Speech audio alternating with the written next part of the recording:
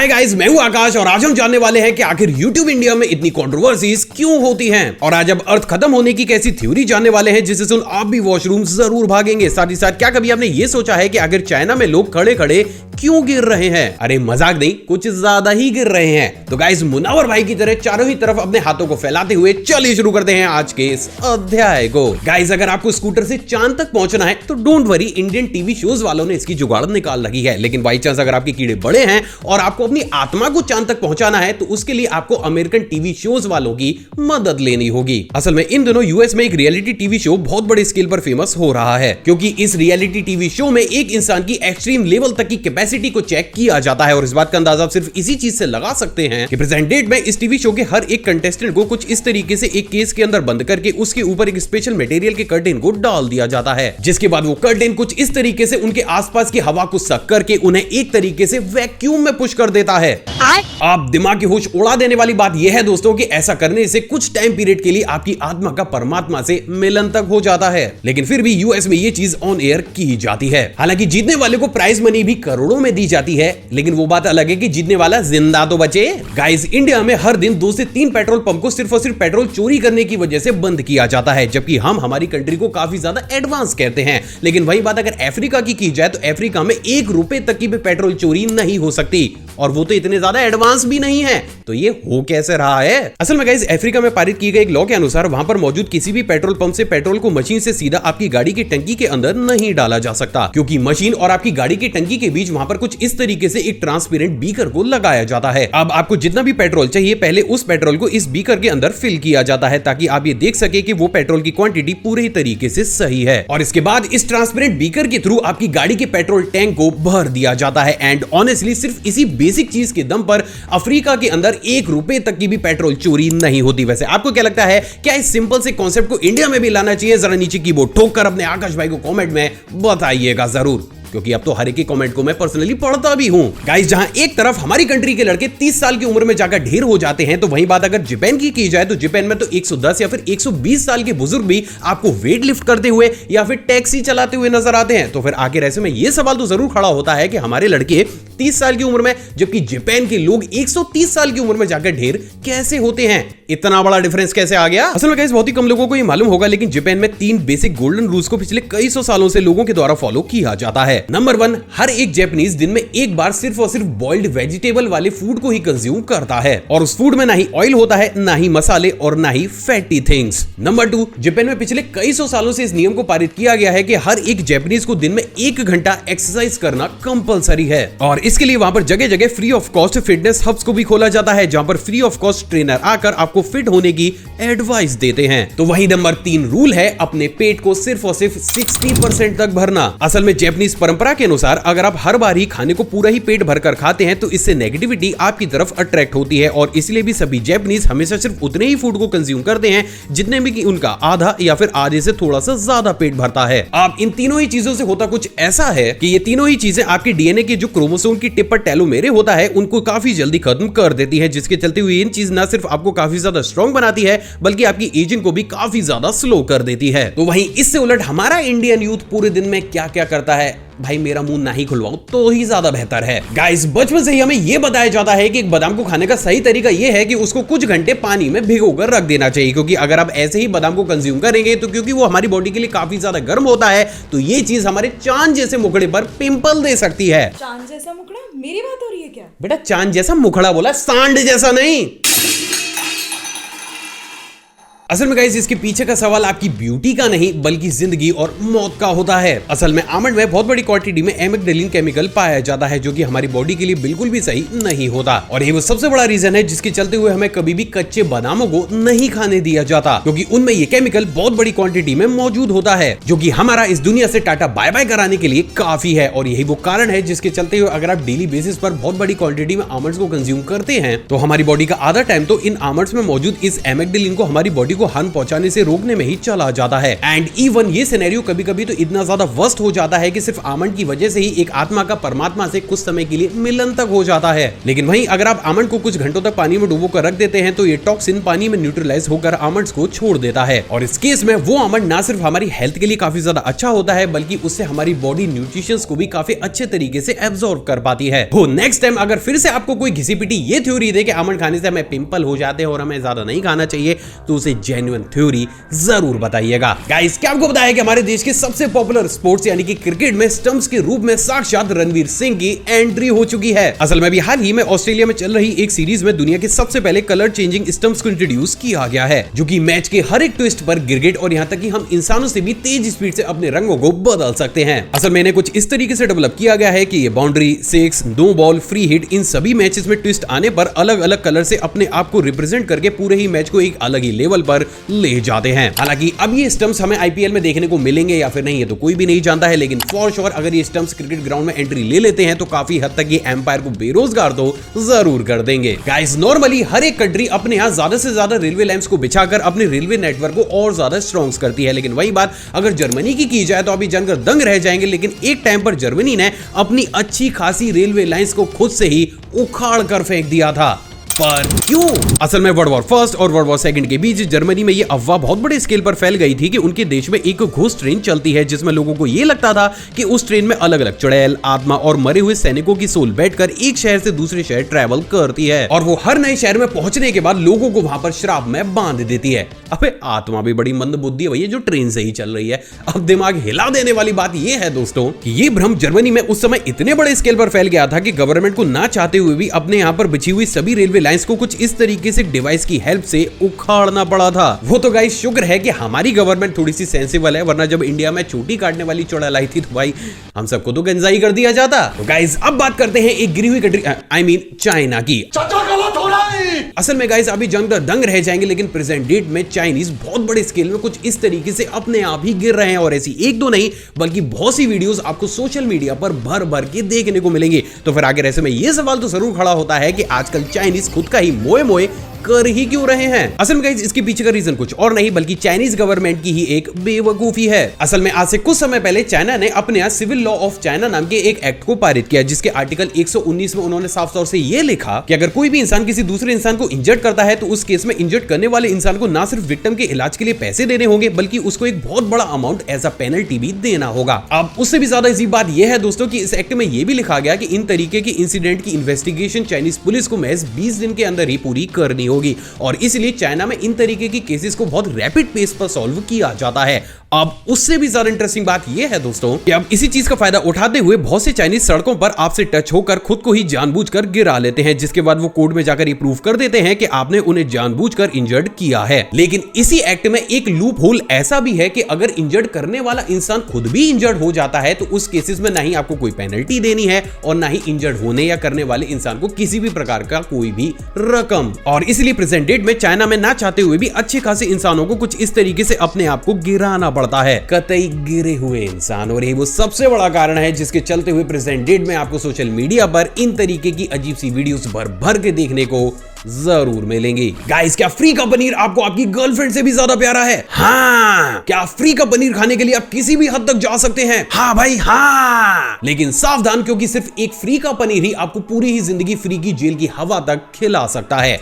कैसे, वो भी बताता हूं। असल में अभी हाल ही में लखनऊ के दो नौजवानों को फ्री का पनीर खाने की ऐसी तलब मची कि वो बिन बुलाए बाराती की तरह ही एक स्ट्रेंज शादी में घुस गए, जिसके बाद उन्होंने ना सिर्फ वहां पर फ्री का खाना पेला बल्कि डांस करने के साथ साथ हमारे भाइयों ने व्यूज के लिए वहां पर रीलें तक बना दी। इसके बाद जब लोगों को ऐसा लगा कि इन दो लोगों को खुशी तो दूल्हा दुल्हन के माँ बाप से भी काफी ज्यादा है तो लोगों का शक इनकी तरफ गया और उन्होंने इसकी जांच पड़ताल कराई तो उनको ये पता चला कि ये दोनों लोग बिन बुलाए बाराती की तरह पार्टी क्रैशर की तर्ज पर पार्टी में एंट्री ले चुके हैं। जिसके बाद जब पुलिस को इन्फॉर्म किया गया तो पुलिस वाले इनकी खातिरदारी करने के लिए इनको इनकी ससुराल भी ले गए। लेकिन टेंशन की बात नहीं है गाइस, क्योंकि फ्री का पनीर तो फिर भी चलेगा। बस आपको प्ले स्टोर पर जाकर भंडारा ऐप को डाउनलोड करना है, जिसमें आपको कहां पर भंडारा चल रहा है इसकी सारी इंफॉर्मेशन देखने को मिलेगी। साथ ही साथ ये ऐप गूगल मैप की मदद से आपको उस लोकेशन तक भी पहुंचा सकती है। और हाँ, ये कोई सस्ता प्रमोशन या फिर कोई एडवर्टाइजमेंट नहीं है, बल्कि इस ऐप को मैंने खुद अपनी माइंड या फैमिली के लिए ढूंढ कर निकाला है। गाइस मैं भी 5 मिनट में आया। गाइस क्या आपको पता है कि हमारे देश भारत में एक ऐसी अगरबत्ती को भी बनाया जा रहा है जो इतना जलेगी जितना तो कुछ अचीव करने के बाद आपके सगे रिश्तेदारों की नहीं जलती होगी। असल में गाइस गुजरात के वडोदरा में अयोध्या के रामलला की पूजा के लिए 108 फीट लंबी अगरबत्ती को बनाया जा रहा है, जो कि एक बार में लगातार 1.5 साल तक जलकर पूरे ही मंदिर परिसर को सुगंधित कर सकती है। अमेजिंग बात यह है दोस्तों की अगरबत्ती पूरी ही दुनिया की अभी तक की सबसे पहली और आखिरी ऐसी अगरबत्ती है जिसे इतने बड़े स्केल पर बनाया जा रहा है, और कहीं ना कहीं यही चीज हमारे देश भारत के नाम एक अनबिलीवेबल से वर्ल्ड रिकॉर्ड को भी करती है।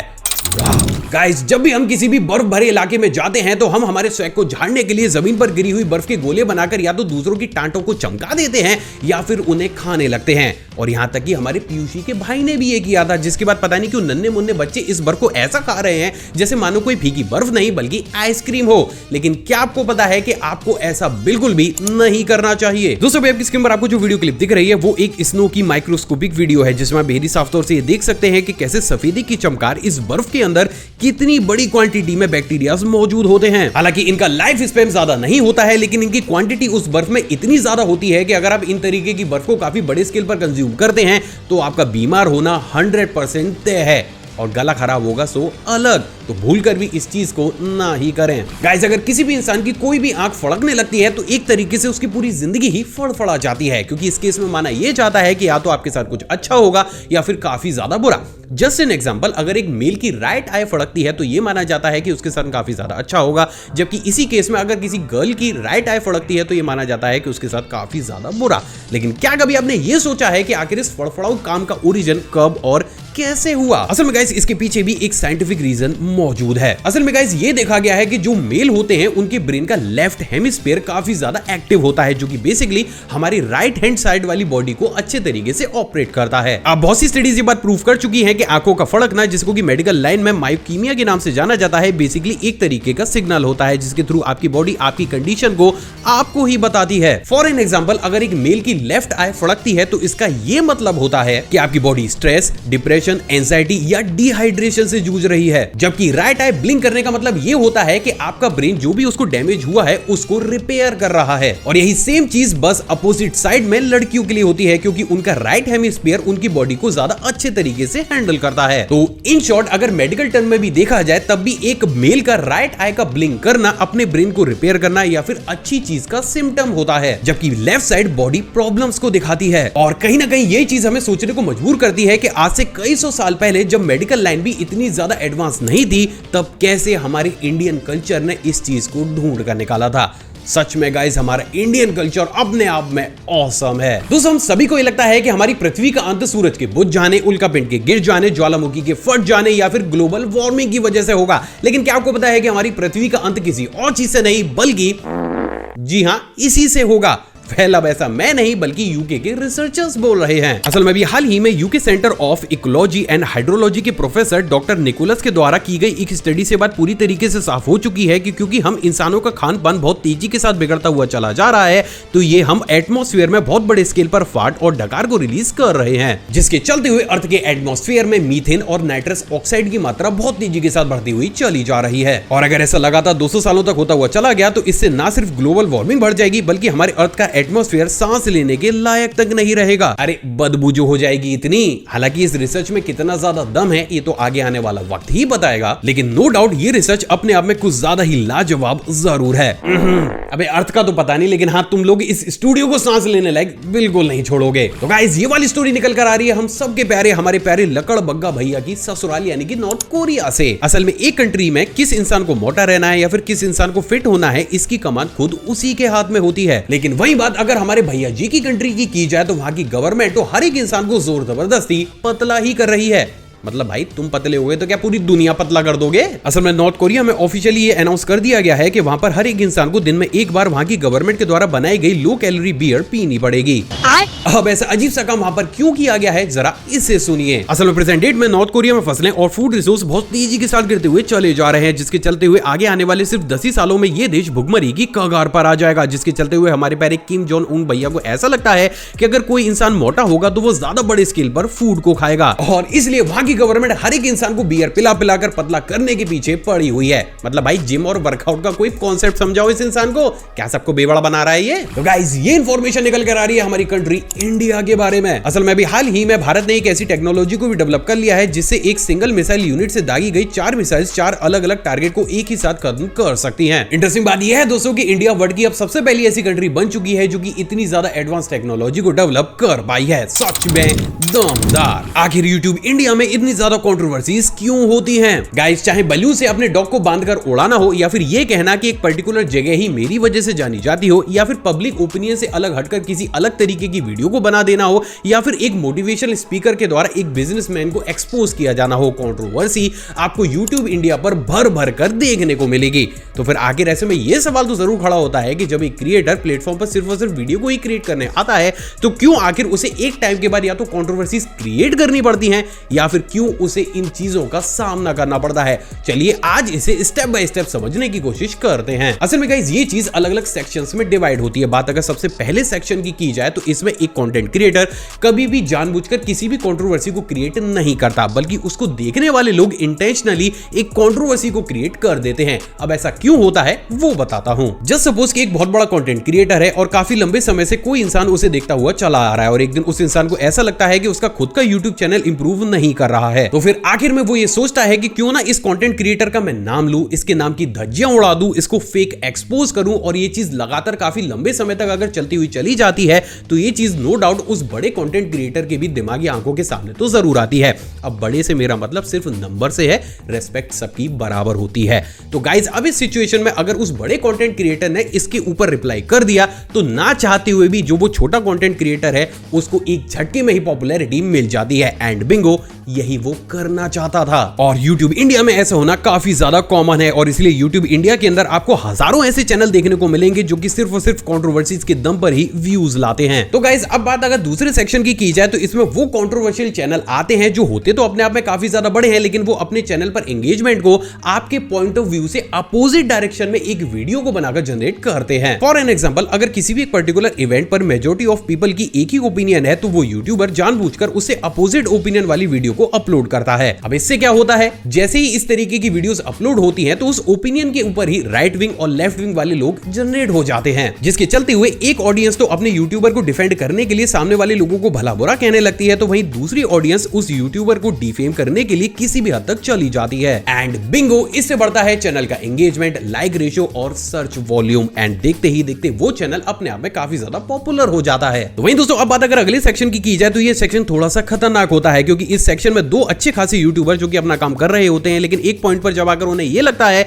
कि उनके चैनल पर एंगेजमेंट कम होने लगी है तो वो पर्दे के पीछे मिलकर एक फेक कंट्रोवर्सी को क्रिएट करते हैं। एंड मे भी सुनने में आपको काफी ज्यादा अजीब लगे, लेकिन यूट्यूब इंडिया पर होने वाली 60% कंट्रोवर्सीज फेक होती हैं। अब ऐसा क्यों होता है ये भी समझते हैं। असल में इस सिचुएशन में दोनों ही बड़े बड़े यूट्यूबर्स जानबूझकर एक दूसरे के ऊपर एलिगेशन को लगाने लगते हैं, जिसके चलते हुए एक चैनल की ऑडियंस दूसरे चैनल पर जाती है जबकि दूसरे चैनल की ऑडियंस पहले चैनल पर आ जाती है। अब गाइस इससे होता कुछ ऐसा है कि लोग दोनों ही चैनलों को यूट्यूब पर भर भर कर सर्च करने लगते हैं और अपने फेवरेट यूट्यूबर को डिफेंड करने के लिए वो दूसरे चैनल पर जाकर ना चाहते हुए भी एंगेजमेंट बढ़ा देते हैं। और इसलिए भी जब 15 से 20 दिन हो जाते हैं और दोनों को ये समझ में आता है कि अब उनकी कंट्रोवर्सी काफी ज्यादा बोर होने लगी है, तो वो पर्दे के सामने आकर हाथ मिला लेते हैं और बोलते हैं हमारी मिसअंडरस्टैंडिंग पूरी तरीके से क्लियर हो चुकी है। एंड गेस व्हाट, उस केस में दोनों ही चैनलों को नई नई ऑडियंस मिल जाती है। और खुदा ना खास्ता अगर ये कंट्रोवर्सी कुछ ज्यादा ही फेमस हो गई और वो दोनों लोग इंडियन न्यूज के अंदर भी आ गए तो गाइस फिर तो पॉपुलैरिटी की